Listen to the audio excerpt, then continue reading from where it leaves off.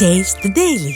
அதிமுக பொதுச் செயலாளர் எடப்பாடி கே பழனிசாமியின் நற்பெயருக்கு களங்கம் விளைவிக்கும் வகையில் உள்நோக்கத்தோடு சித்திரம் வெளியிட்ட திமுகவின் ஐடி விங் மீது நடவடிக்கை எடுக்க கோரி டிஜிபியிடம் அதிமுக சட்டப்பிரிவு இணைச் செயலாளரும் வழக்கறிஞருமான பாபு முருகவேல் புகார் மனு அளித்துள்ளார்.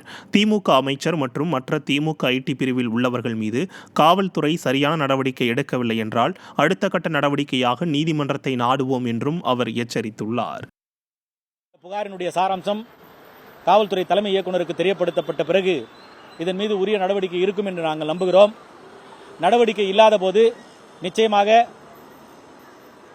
ரிட்டு மனுக்களிலே கோவாரண்டோ என்று சொல்லக்கூடிய இந்த பதவியிலே இவர் இருப்பதற்கு தகுதியானவரா என்பதை கேட்கிற விதமாகவும் நீதிமன்றத்தையும் நாட முடிவு செய்திருக்கிறோம்.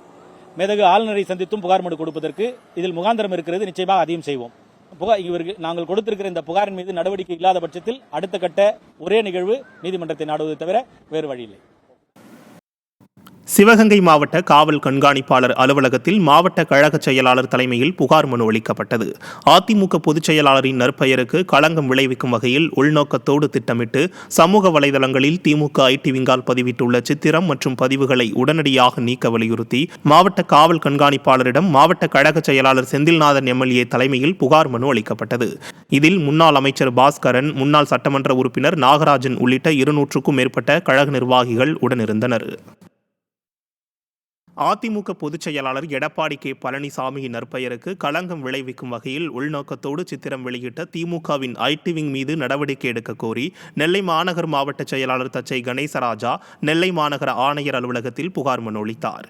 இதில் கழக அமைப்பு செயலாளர் சுதா கே பரமசிவம், மாநில கொள்கை பரப்பு துணை செயலாளர் பாப்புலர் முத்தையா, மாநில எம்ஜிஆர் மன்ற இணைச் செயலாளர் கல்லூரி வேலாயுதம், தகவல் தொழில்நுட்ப பிரிவு மண்டல தலைவர் வழக்கறிஞர் அன்பு அங்கப்பன், மாநகர் மாவட்ட அம்மா பேரவை செயலாளர் ஜெரால்டு உள்ளிட்ட கழக நிர்வாகிகள் மற்றும் தொண்டர்கள் ஏராளமானோர் உடனிருந்தனர்.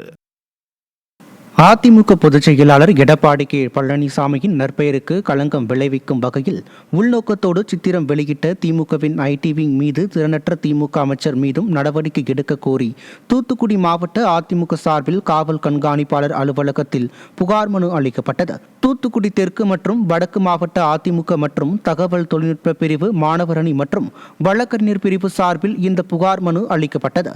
தூத்துக்குடி தெற்கு மாவட்ட செயலாளரும் முன்னாள் அமைச்சருமான SP சண்முகநாதன் மற்றும் தூத்துக்குடி வடக்கு மாவட்ட செயலாளரும் முன்னாள் அமைச்சருமான கடம்பூர் ராஜு ஆகியோர் தலைமையில் அதிமுகவினர் புகார் மனு அளித்தனர்.